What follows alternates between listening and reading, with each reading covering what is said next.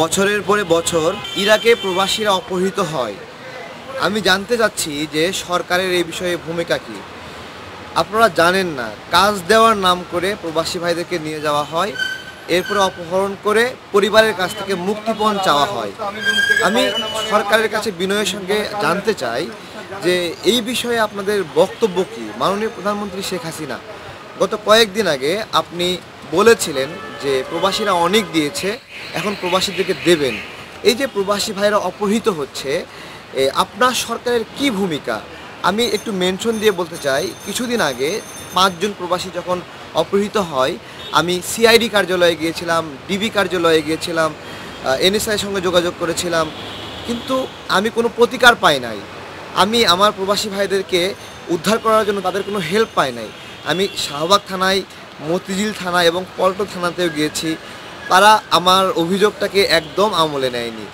একজন police officer, তিনি পল্টন থানাতে আছেন, তিনি কিছুটা রেসপন্স করেছিলেন, কিন্তু অপহরণ থেকে মুক্ত করার জন্য তিনি বিশেষ কোনো উদ্যোগ নেননি।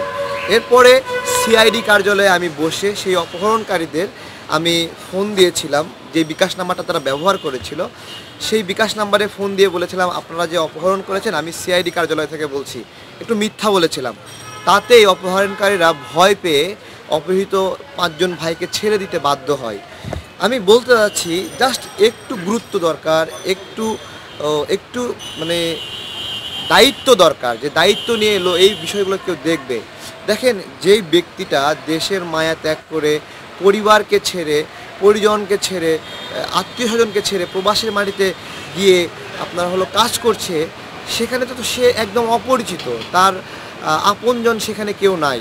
এই লোকটা বিপদে পড়লে কার দায়িত্ব? এই যে আপনারা প্রবাসী কল্যাণ মন্ত্রণালয়, পররাষ্ট্র মন্ত্রণালয়, স্বরাষ্ট্র মন্ত্রণালয় গড়েছেন, এই মন্ত্রণালয়গুলোর কাজ কি? আমি এই প্রশ্নটা করছি যে আপনারা কেন এবং কি কারণে এখানে অবস্থান করছেন? আমাদের যে দূতাবাস রয়েছে ইরাকে, আরও বিভিন্ন দেশে দূতাবাস রয়েছে, এগুলোর কাজ কি? আজকে প্রবাসীরা বিভিন্ন দেশে যেটা হচ্ছে, যেমন ইরাকে একজন কর্মহীন প্রবাসী কর্মহীন হয়ে আছে, সেখানে কেউ একজন তাকে বলছে তোমাকে কাজ দিব। সে তো সহজ সরল মনে, কাজের জন্য খুশি মনে সে কাজ নেওয়ার জন্য তার ডাকে সাড়া দিয়ে যাচ্ছে, এবং সেখানে যাওয়ার পরে কি হচ্ছে, তাকে আটক করছে, তাকে জিম্মি করছে, পরিবারের কাছে ফোন দিয়ে বলছে যে তোমার সন্তান আমাদের কাছে আছে, 2 লক্ষ টাকা 5 লক্ষ টাকা লাগবে, তোমরা এটা দাও তাহলে মুক্ত করব। আমি একদিন বিকালবেলা আমাদের কেন্দ্রীয় কার্যালয়, বাংলাদেশ যুব অধিকার পরিষদ, ছাত্র অধিকার পরিষদের কেন্দ্রীয় কার্যালয়ে বসেছিলাম। সেখানে বসে থাকা অবস্থায় আমার কাছে একটা ইমোতে ফোন আসে। ফোন আসার পরেই দেখি একজন লোক শিকলে পা বাঁধা, হাত বাঁধা। ঠিক আছে, সে কান্নাকাটি করে বলছে, তারেক ভাই আমাকে উদ্ধার করেন, আমি ইরাকে বাগদাদে আছি, আমাকে অপহরণ করা হয়েছে। আমি বললাম, আপনি আমাকে কল দিলেন কিভাবে অপহরণ করা থাকলে? তো বলছে যে ওরা আমার পরিবারের সঙ্গে যোগাযোগ করার জন্য আমাকে তারা একটা মোবাইল দিয়েছিল, আমার তো আপনার নাম্বার মুখস্থ ছিল, সেই মুখস্থ থাকার কারণে আমি পরিবারকে কল না দিয়ে আপনাকে কল দিয়েছি সরাসরি। সঙ্গে সঙ্গে আমি কিছু তৎপরতা চালাই, তারপরে ওই ভাই উদ্ধার হয়। সেম একই ঘটনা ওমানেও একটা ঘটনা ঘটে।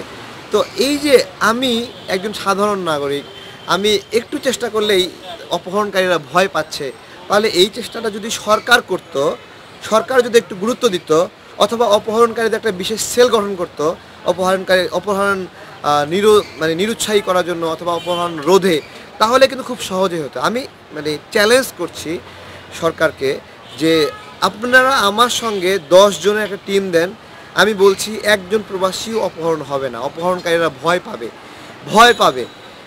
যে সকল প্রবাসীরা দেশের বাইরে আছে তারা তো অসহায়, এদেরকে যদি আপনারা সাপোর্ট না দেন তাহলে কে সাপোর্ট দেবে?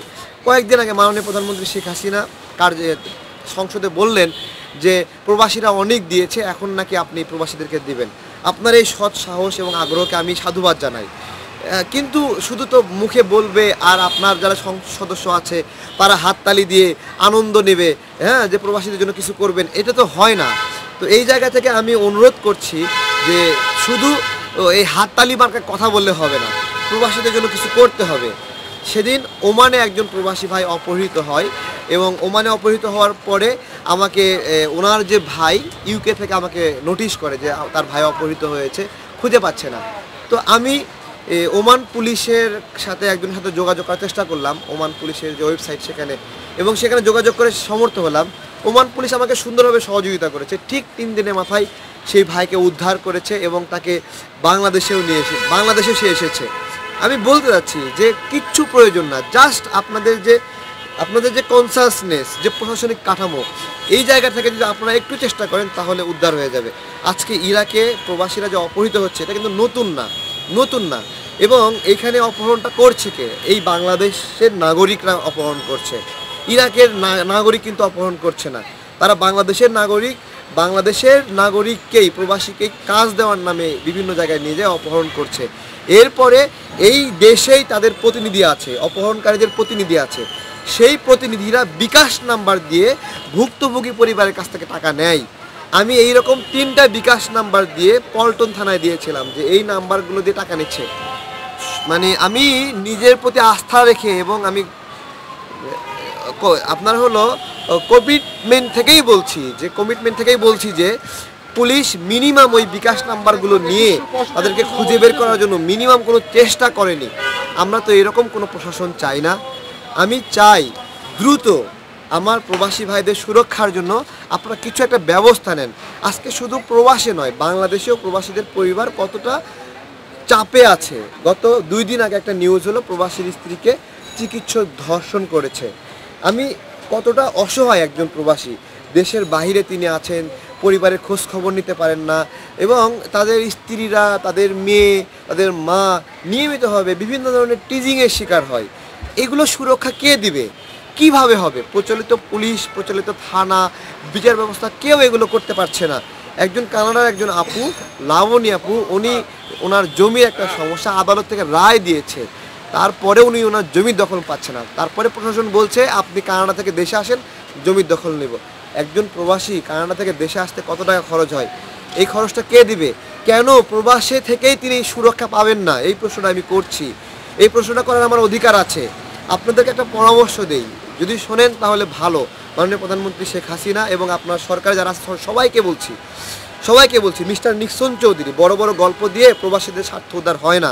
ঠিক আছে, প্রবাসীদেরকে রক্ষা করার জন্য, প্রবাসীদের যান মাল সম্পদগুলো রক্ষা করার জন্য বিশেষ আইন প্রয়োজন, তাদের জন্য সুরক্ষা আইন প্রয়োজন। এই সুরক্ষা আইনটি করতে হবে।